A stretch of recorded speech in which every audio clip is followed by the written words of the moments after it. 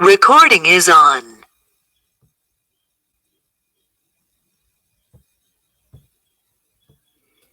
Bueno, en esta tercera parte de la clase vamos a ver lo que se denomina cardiopatía isquémica. La cardiopatía isquémica en realidad es un grupo de síndromes que están relacionados y que todos se caracterizan porque hay un desequilibrio entre el aporte y la demanda de la sangre oxigenada por parte del corazón. Entonces, dentro de estos síndromes encontramos la angina de pecho, el infarto agudo de miocardio, la muerte súbita y la cardiopatía isquémica crónica con insuficiencia. De estas cuatro vamos a ver con más detalle angina de pecho e infarto agudo de miocardio. La muerte súbita la vamos a definir y es la muerte que, como dice el nombre acá, se da de manera súbita y que la causa generalmente está dada porque al infarto agudo del miocardio se le suma una arritmia a nivel del ventrículo que produce la muerte en forma inmediata. Y la cardiopatía isquémica crónica, también como dice el nombre, la isquemia se va dando en forma crónica. Generalmente esto ocurre cuando la placa va creciendo, ¿sí? Y va cada vez ocluyendo más el vaso, que termina dando, por lo general, un corazón insuficiente. Bueno, en más del 90% de los casos de las cardiopatías isquémicas se deben entonces a procesos ateroscleróticos en las arterias coronarias, que puede haber o no rotura de la placa. Esto lo vamos a ir viendo en cada una de ellas. Bueno, es muy común confundir, digamos, cardiopatía isquémica con infarto agudo del miocardio. Entonces, de vuelta, el infarto agudo del miocardio está dentro de los síndromes que están incluidos en la cardiopatía isquémica. Las cardiopatías isquémicas en general son muy prevalentes en casi todos los países, sobre todo en los países desarrollados. Por ejemplo, en el caso de Estados Unidos es la primera causa de muerte y puede llegar hasta 500.000 muertes anuales. Fíjense la cifra, digo, ahora que estamos con el coronavirus, ¿no? Cómo, digamos, esto lleva a una gran cantidad de muertes, lo que pasa que de pronto no es tan masivo en un determinado momento del año, ¿sí? En la Argentina, los datos que hay son alrededor del 2013, también es la primera causa de muerte en nuestro país y hay aproximadamente unas 20.000 al año.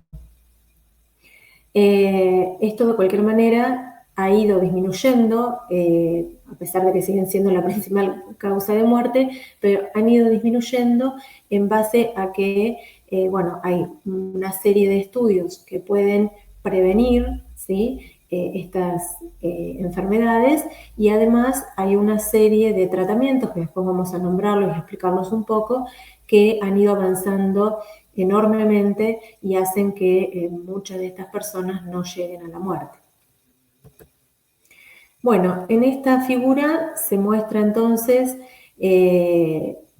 las arterias que se pueden ocluir de las coronarias, ¿sí?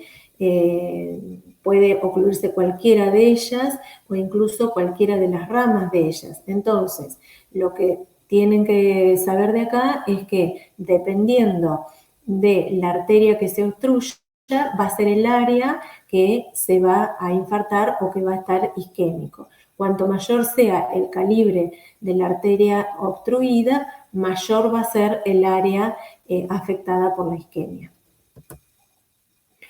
Bueno, vamos a empezar definiendo a la angina de pecho. La angina de pecho se define o se aparece como una crisis pasajera de dolor torácico subesternal o precordial. Subesternal sería por debajo del esternón y precordial, o sea, toda la zona que denominamos precordio sería la zona que está por delante de donde está ubicado el corazón, es decir, es en la zona del tórax izquierda. Y este dolor es causado entonces por una isquemia miocárdica transitoria transitoria, generalmente es hasta unos 15 minutos, ya que por encima de los 20 minutos ya puede haber muerte o necrosis. En este caso, en la angina de pecho no se alcanza a producir muerte celular de los miocitos por necrosis, ¿sí? Se las divide en estables o inestables. En el caso de la angina de pecho estable, es cuando el nombre deriva, digamos, de cómo está la placa en cada uno de los dos casos. En el caso de la estable, la placa obstruye parte, digamos, del vaso, disminuye la luz del mismo, pero no se obstruye totalmente ni está rota la placa. Por eso la llamamos estable, no hay rotura. Por lo general, los pacientes que sufren de angina de pecho estable suelen tener este dolor torácico, subesternal o precordial en momentos en que realizan, o sea que hay un aumento de la demanda de oxígeno por el tejido miocárdico. Y esto generalmente ocurre cuando están haciendo algún ejercicio físico o también puede ser en alguna situación de estrés, que en esa situación de estrés se suma que puede haber alguna vasoconstricción por la liberación de noradrenalina. Entonces el paciente sufre ese dolor y cuando termina de hacer el ejercicio, pasa esa situación estresante, el dolor desaparece. La angina de pecho, que llamamos inestable, entonces hace alusión a que la placa es inestable, es decir, que en algún momento esta placa se rompe. Al romperse la placa, como dijimos en la clase anterior, los vasos que están perfundiendo, ¿sí? El tejido fibrótico de esa placa se exponen, digamos, a la trombosis y se forma el trombo. Pero fíjense que el trombo por lo general no ocluye el vaso, sino que disminuye mucho la luz del vaso, pero no llega a ocluirlo. Entonces, la diferencia con la estable es que por lo general los pacientes que sufren una angina de pecho inestable suelen tener estos mismos síntomas, el dolor torácico, subesternal o precordial, pero puede darse y muchas veces se da durante el reposo, ¿sí? Porque es producto de la inestabilidad de la placa que forma el trombo. En el infarto agudo de miocardio es bien característica que haya muerte de los miocitos cardíacos. Siempre la muerte se produce por una isquemia y esa isquemia está generalmente asociada a un proceso aterosclerótico en las coronarias. Entonces, de vuelta a lo que dijimos hoy, el área y el tamaño del área va a depender de la arteria que esté ocluida y si es la arteria principal o alguna de sus ramas. Cuanto mayor sea el área, por supuesto que las consecuencias del infarto van a ser mayores. Esto es como se ve, digamos, un corazón que ha sufrido un infarto, en este caso es la zona infartada en amarillo, y esto es una cicatriz de un infarto previo. Bueno, en esta diapositiva se ven, digamos, cómo pueden irse dando cada una de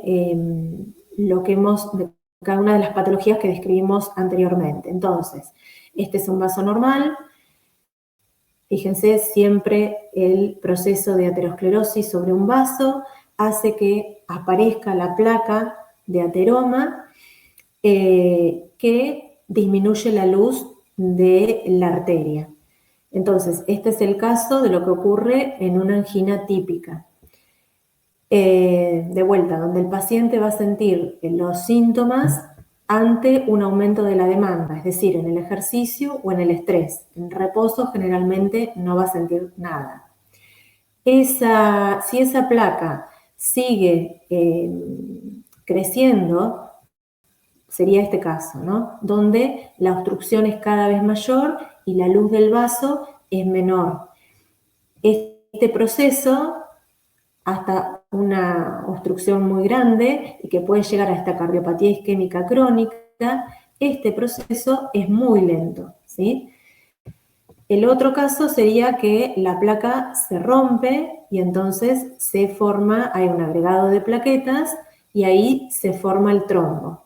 El trombo puede ocluir totalmente la arteria, que sería el caso de un trombo oclusivo y que da sí o sí un infarto de miocardio agudo, en mayor o menor área, o bien que el trombo ocluya parte, ¿sí?, de la arteria, pero no totalmente. Y ahí estaríamos en el caso que describimos anteriormente de una angina inestable. Esta angina inestable es lo que a veces la gente llama como preinfarto, ¿sí? Porque generalmente esto termina dando un infarto, ¿sí? Y esta flecha que hay acá nos indica que en algunos casos, cuando la placa se rompe, hay un agregado de plaquetas, pero que no llega a formar un trombo importante y entonces estaría lo que se conoce como la curación de la placa. Curación es un decir, porque en realidad la placa sigue existiendo, pero lleva nuevamente a una cardiopatía isquémica crónica. Entonces, estas dos cosas, la angina inestable y el infarto agudo de miocardio, son síndromes coronarios agudos. Hay que tener en cuenta que en los procesos crónicos, ¿sí?, es decir, en las anginas típicas, cuando se mantienen mucho en el tiempo o cuando va pasando esto, que la placa aumenta de tamaño, ¿sí?, pero de forma crónica, los vasos tienen la capacidad de generar neovascularización, y que en este caso protege, porque si realmente se termina de ocluir esta arteria, bueno, si generó vasos, el miocardio va a poder seguir siendo irrigado por esos vasos neoformados. Entonces, esto es un ejemplo donde la neovascularización es favorable al proceso de una enfermedad. Esto es muy, muy común en el tejido miocárdico, a diferencia de lo que hubieron en neoplasias, donde la neovascularización favorece al tumor. Bueno, acá se ve justamente en una microfotografía cómo se rompe la placa y cómo el trombo ocluye la totalidad de la luz del vaso. Bueno, el infarto agudo de miocardio, que también se denomina IAM, de vuelta, dentro de estas cardiopatías isquémicas, es el más prevalente de todos. Vamos a describir un poquito cuáles son los signos y los síntomas. Bueno, ya algo dijimos de un dolor retroesternal o precordial. Este dolor se da en la zona justamente del precordio, por delante del corazón, o también puede darse lo que se denomina el dolor irradiado. Es decir, habrán escuchado que muchas personas en el momento de sufrir el infarto, además de este dolor en el lado izquierdo, se les irradia hacia el brazo izquierdo, hacia el cuello e incluso hacia las mandíbulas. Esto es porque los dermatomas del área cardíaca se comparten juntamente con los dermatomas, por ejemplo, de las extremidades, del cuello, y por eso aparece ese dolor irradiado. También en muchos pacientes, y esto es importante, el infarto puede aparecer sin dolor. Y esto es importante porque en este caso, digamos, clínicamente desconcierta. Esto se da sobre todo en pacientes añosos, donde ya el umbral del dolor ha disminuido, en las mujeres, que pareciera que tenemos el umbral un poco más bajo, y también en pacientes que tengan diabetes, porque está asociada a neuropatía periférica. ¿Cómo va a estar el pulso? Bueno, el pulso va a estar debilitado. ¿Por qué? Porque si el corazón ha tenido un infarto, hay una zona que no se va a contraer correctamente y por lo tanto va a disminuir el volumen sistólico. Entonces el pulso por lo general es débil. El paciente puede tener taquicardia o bradicardia. Lo más común es que ocurra taquicardia. ¿Por qué? Bueno, porque si está disminuido el volumen sistólico porque el corazón no se contrae bien, disminuye la presión arterial y por lo tanto se ponen en juego los mecanismos compensatorios de la presión con una descarga adrenérgica, produciendo entonces un aumento de la frecuencia cardíaca. Si la zona infartada incluye, por ejemplo, el nodo sinoauricular o la zona, digamos, aurículo-ventricular, de donde pasa el estímulo, bueno, esto puede ocurrir entonces que haya un infarto agudo del miocardio que curse con bradicardia, pero no es lo más común. La sudoración está dada, generalmente se observa, producto de la descarga adrenérgica, tanto por la compensación que dijimos recién, como también por la situación de estrés que pasa la persona, que si hay dolor, las personas lo refieren o se dan cuenta que están sufriendo un infarto. La disnea o algún otro síntoma pulmonar se da en muchos casos porque si está disminuido el volumen sistólico porque el corazón no se contrae bien, bueno, parte de esa sangre quedará retenida en principio en la aurícula izquierda, si es en la zona izquierda, y también en la zona de los vasos pulmonares. Y eso ya lo vimos, es muy parecido a lo que pasa cuando hay una disfunción de las válvulas, por ejemplo. Entonces, aumenta la presión hidrostática en los vasos pulmonares y esto favorece a la producción de edema. Las náuseas y los vómitos, si bien no tienen una explicación muy concreta, podría ser por algún tipo de reflejo que se da en el 50% de los pacientes, se da más en las mujeres que en los hombres, pero esto es importante porque si esto cursa con un infarto sin dolor, es muy común que se confunda el cuadro del infarto con un cuadro gastrointestinal. Alteraciones en el electrocardiograma, esto lo vamos a ver un poquito más adelante, pero sí tienen que tener en cuenta que generalmente aparecen alteraciones en el electro, pero también pueden no aparecer. Cuando las áreas infartadas son muy pequeñas, puede ser que esto no aparezca y el electro parezca normal. Con respecto a las enzimas cardíacas, las vamos a explicar también después, pero básicamente si hay necrosis de los miocitos cardíacos, se van a liberar hacia afuera, digamos, de los miocitos, proteínas o enzimas que son específicas de los miocitos cardíacos. Y cuando estas aparecen en sangre, nos van a dar sí o sí la certeza de que hubo un infarto. Entonces, hoy por hoy, el diagnóstico del infarto, más allá de todo lo que describimos, lo termina dando de manera fehaciente la aparición de estas enzimas cardíacas en sangre.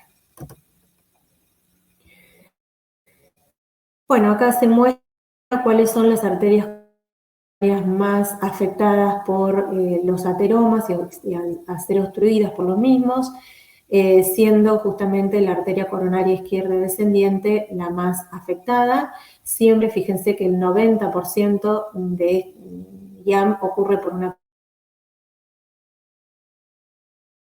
un vasoespasmo severo o por una embolia, es decir, que venga un trombo, por ejemplo, podría ser de la aurícula, y que quede retenido en las coronarias.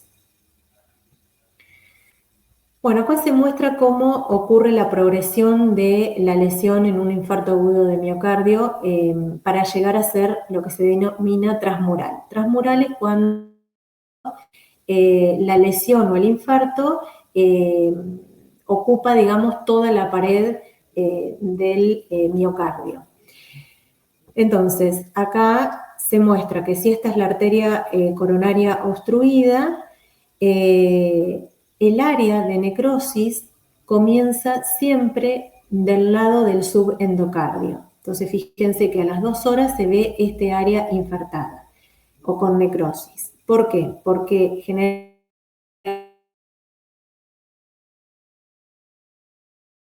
se va dividiendo y los vasos más pequeñitos son los que llegan a esta zona cerca del endocardio y por eso es la zona que primero se afecta. A medida que pasan las horas de que se produce la obstrucción de la coronaria, bueno, ahí ya la zona infartada llega a afectar a toda la pared y es lo que denominamos transmural.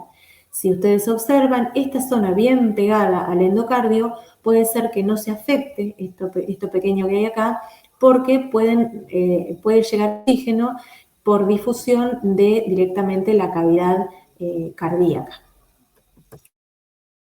Esta gráfica se les muestra cómo siempre durante la sístole, por efecto de la contracción del ventrículo, justamente, llega menos sangre a las arterias que llegan hacia el endocardio, mientras que durante la diástole, ahí llega la sangre. O sea que siempre los procesos isquémicos van a ocurrir durante la contracción del músculo cardíaco.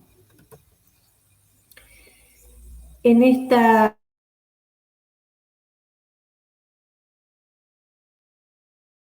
se muestra cuáles son los fenómenos que ocurren a la lesión celular irreversible, es decir, hasta llegar al infarto. Entonces, al principio hay un aumento del ATP, luego ya de los 2 minutos de isquemia hay una pérdida clara de la contractilidad. Recuerden que el tejido cardíaco es muy susceptible a la falta de oxígeno, básicamente porque consume mucho oxígeno en su funcionamiento.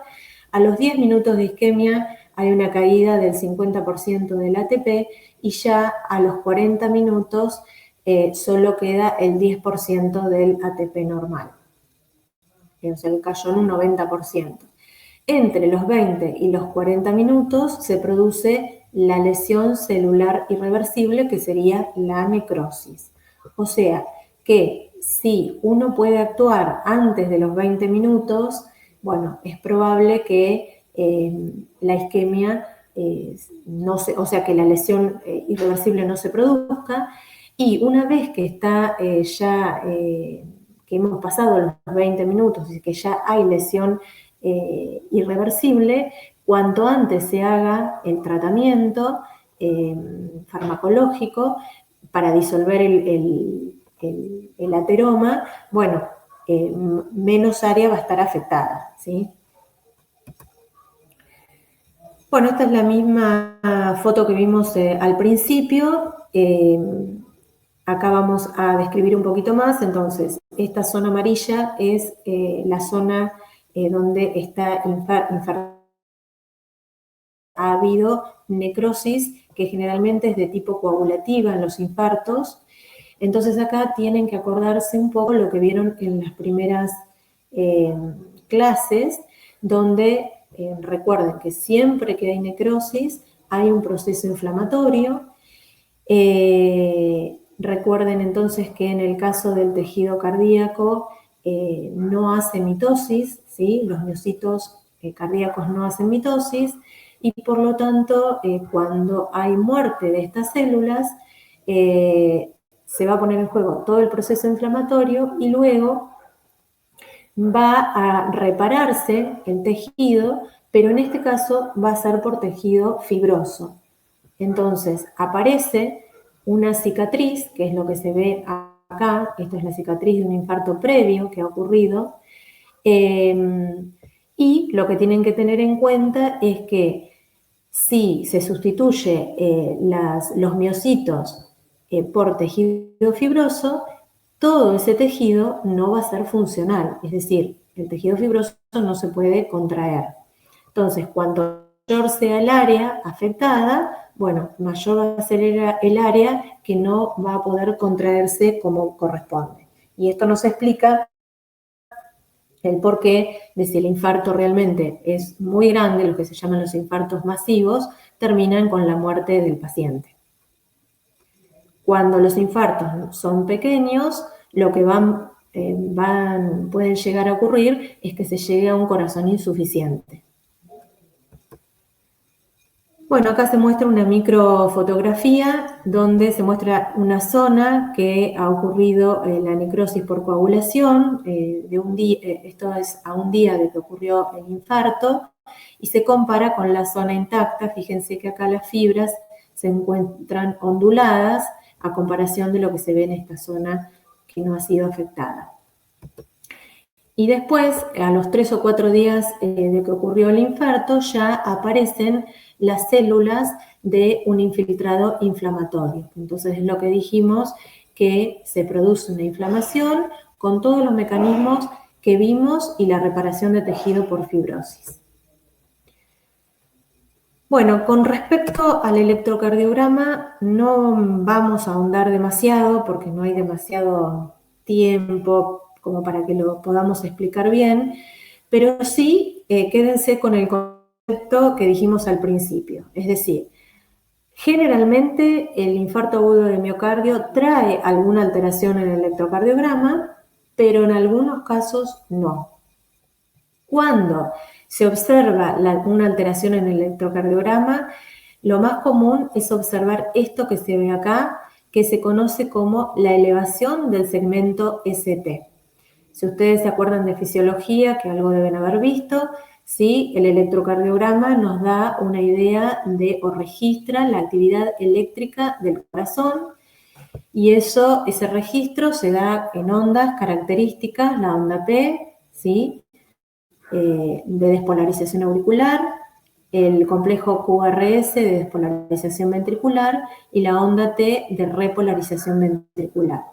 Entonces, el segmento ST es este segmento que está acá, ¿sí? Entre la onda S y el comienzo de la onda P. Bueno, en los electrocardiogramas de pacientes que sufren infarto agudo de miocardio, este segmento ST se encuentra elevado.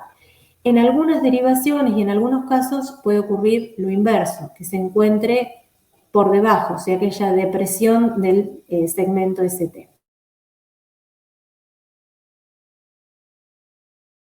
En la zona que está infartada queda la célula despolarizada, ¿sí?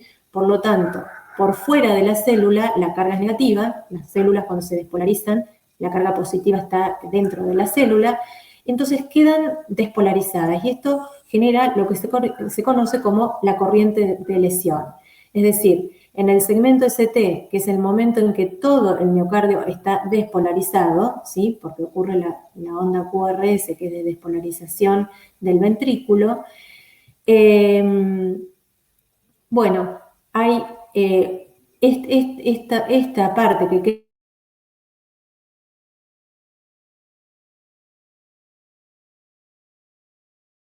se eleve este segmento, porque en realidad lo que se eleva es la base, digamos, del electrocardiograma.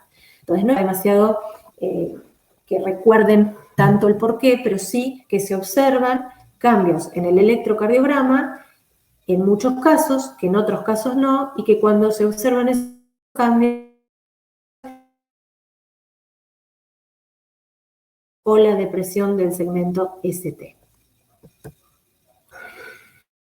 Cardíacos es lo que dijimos al principio, entonces que cuando hay muerte o necrosis, digamos, de los miocitos cardíacos, estos liberan enzimas que son características de estas células. Entonces, cuando estas enzimas aparecen en la sangre, resulta un método de diagnóstico eficaz para poder diagnosticar realmente el infarto agudo del miocardio. En realidad existen diferentes marcadores, nosotros nos vamos a centrar en los dos que se utilizan clínicamente o se utilizan, que son las troponinas cardíacas, que es lo que aparece en la curva en verde, y la isoforma MB de la creatinquinasa, ¿sí? Creatinquinasa, isoforma MB, que es lo que acá aparece en azul. Entonces, en este gráfico, lo que ustedes ven es cómo aumentan estas enzimas cardíacas a lo largo o después de que ocurre justamente el infarto agudo de miocardio. Entonces, acá vemos, por ejemplo, que la troponina, que es la curva en verde, comienza a aumentar. A las 6 horas ya podemos decir que los valores están por encima de lo normal, como para hacer el diagnóstico, pero que el pico llega alrededor de entre las 12 y 24 horas de producido el infarto, y que luego de esto, luego de estas horas comienza a disminuir, pero fíjense que igual se mantienen elevadas. Entonces, esto significa que si nosotros sacamos la muestra muy cerquita de que ocurrió el infarto, es probable que no podamos determinar el aumento de la troponina, pero que esta se mantiene bastante elevada, y si sacamos la sangre de este paciente, por ejemplo, a las 64 horas de haber ocurrido el infarto, todavía se encuentran elevadas, o sea que todavía podemos hacer el diagnóstico. Seguramente igual es un diagnóstico tardío, ¿no?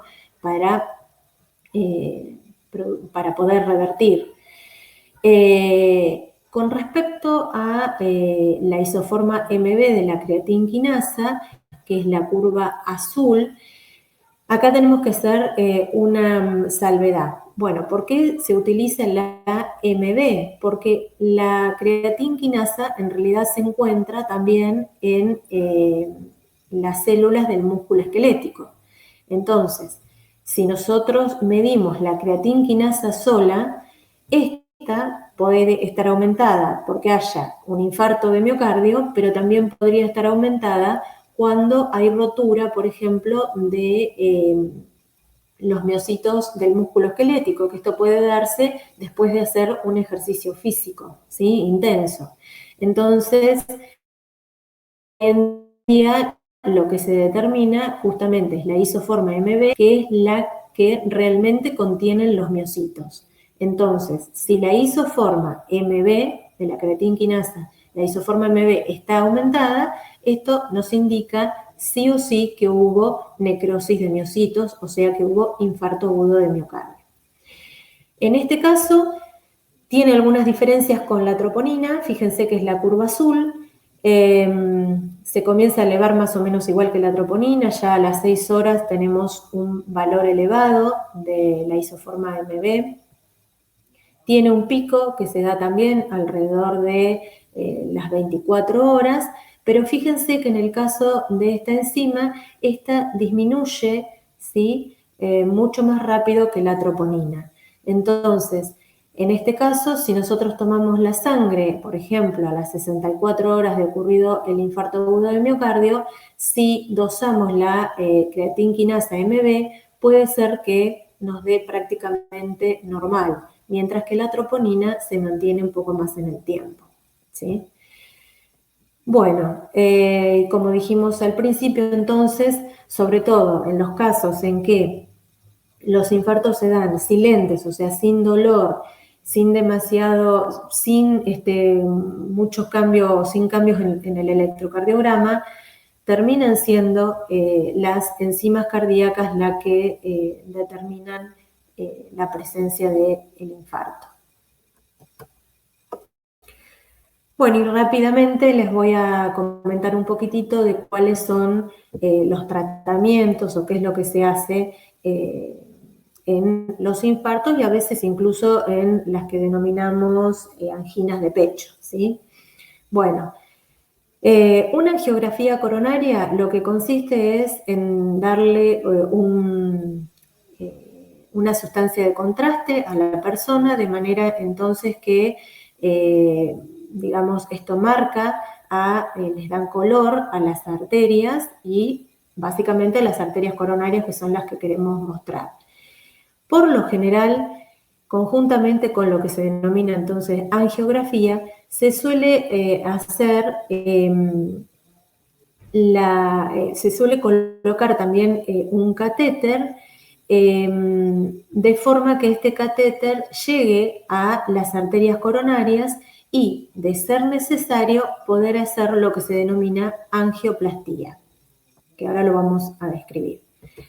Entonces, fíjense que con las angiografías, donde aparecen con color, ¿sí? Las arterias coronarias, se pueden ver tanto cuando está ocluidas, ¿sí? O está disminuida la luz, como es en este caso, donde se ve que está disminuida seguramente por la presencia de un ateroma, o también puede verse cuando estas se encuentran dilatadas, como por ejemplo en el caso de los aneurismas. O sea que las angiografías en realidad no solamente se utilizan para las arterias coronarias, sino que también se pueden ver, por ejemplo, las arterias cerebrales o la aorta.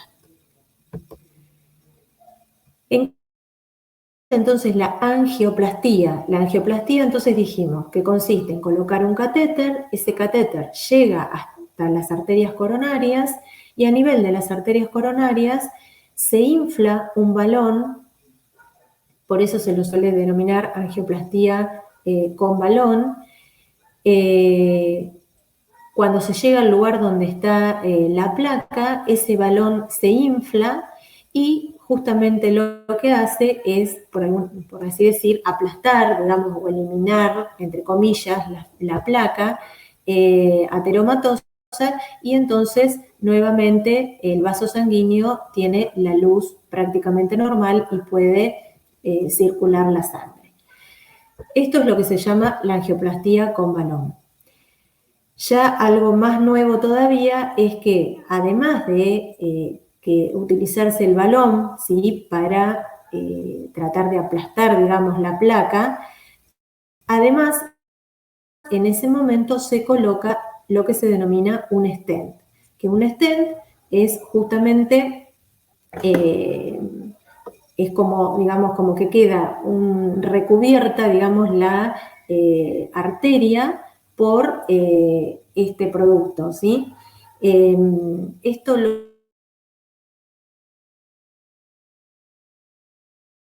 trata de que la placa no se vuelva a formar. Hay muchos casos que igual, en presencia del stent, la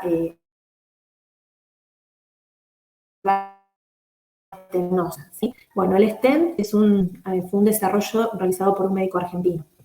Acá se ve, entonces, en la angiografía, antes, ¿sí? Y después de la angioplastía por balón. Creo que acá por lo menos no se ve el stent. Bueno, y el que ustedes ya habrán escuchado nombrar, y que en realidad este es el más viejo, digamos, de los tratamientos, es lo que se denomina el bypass, bueno, que lo desarrolló Favaloro, ¿sí?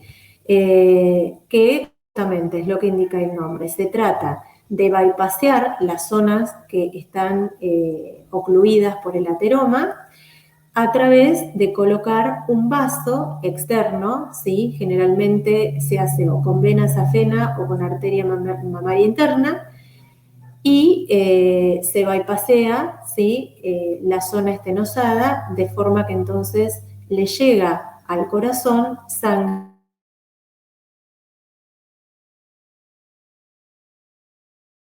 a través de estas arterias o venas que se han colocado en el bypass. El bypass, bueno, fue muy utilizado y hoy en día, en los casos en que no se puede colocar un stent, se realiza el bypass, pero bueno, tienen que tener en cuenta que esto es una cirugía bastante compleja porque es a corazón abierto, a diferencia de lo que vimos anteriormente, que es el cateterismo. Bueno, y ya para terminar, entonces, que el infarto agudo de miocardio además puede traer varias complicaciones, entre ellas, obviamente, los trastornos en la función contráctil, y esto puede la insuficiencia, que es lo que vamos a ver en la próxima clase. También es la causa lo que se llama el shock cardiogénico, que esto lo vieron en la clase anterior, y las zonas infartadas son y las arritmias por sí mismas pueden causar la muerte, ¿sí? Bueno, tienen otras complicaciones como, por ejemplo, que se extienda el infarto agudo, el infarto de miocardio a otras zonas, o que se infarte el ventrículo derecho, pero que son menos prevalentes. Bueno, y ya para ir terminando, lo que les voy a dar son unos tips como para que puedan resolver los casos clínicos. El primer tip que yo les daría es que lean bien el caso. Por lo general, estos casos están apuntados a ustedes, teniendo una idea de toda la parte teórica y pensando un poco, los puedan resolver. Pero entonces, mucha información la tienen que sacar de lo que ya está explícito en el caso clínico. Lo segundo que les diría en el caso del tema que vemos hoy, que serían las cardiopatías isquémicas, es volver, digamos, a la parte de los signos y síntomas, que ya más o menos lo dijimos, pero acá tengan en cuenta entonces que, sobre todo en el infarto agudo de miocardio, los signos y síntomas pueden ser muy variables. Pueden tener desde el caso muy florido, donde tienen absolutamente todo, ¿sí? El dolor, bueno, la caída del pulso, la taquicardia, la caída de la presión, y en otros donde, bueno, los cambios en el electrocardiograma, y en otros donde no. Entonces ahí tienen que ver bien qué signos y síntomas ven e ir viendo qué pueden ir pensando. Con respecto a lo de las enzimas, algo ya dijimos también, que ahí tienen que tener en cuenta qué tipo de enzima están evaluando y en qué momento, ¿sí? Recuerden, si es muy rápido o al revés, ya han pasado muchísimas horas, puede ser que esto dé normal.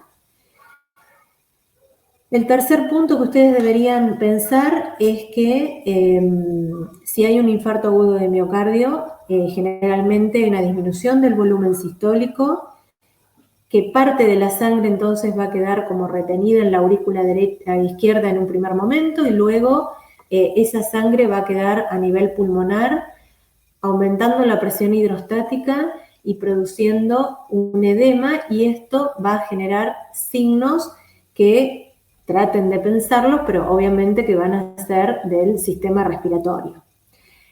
Y por último, tengan en cuenta los valores de presión arterial. Siempre que haya un infarto agudo de miocardio, hay una disminución del volumen sistólico, un aumento de la frecuencia, si no ha sido afectado el nódulo, pero por lo tanto la presión arterial por lo general va a estar disminuida. Ahora, ahí tienen que referirlo al valor que tiene el paciente normalmente. Es decir, si el paciente es hipertenso, lo que a ustedes le puede parecer una presión arterial normal, en ese paciente por ahí no es normal, sino que es una presión arterial baja. Bueno, seguramente en una semana vamos a abrir en la página para que ustedes, en los foros, para que ustedes puedan hacer las dudas que se les presenten, sobre todo con los casos clínicos. Así que, nuevamente, aprovechenlo.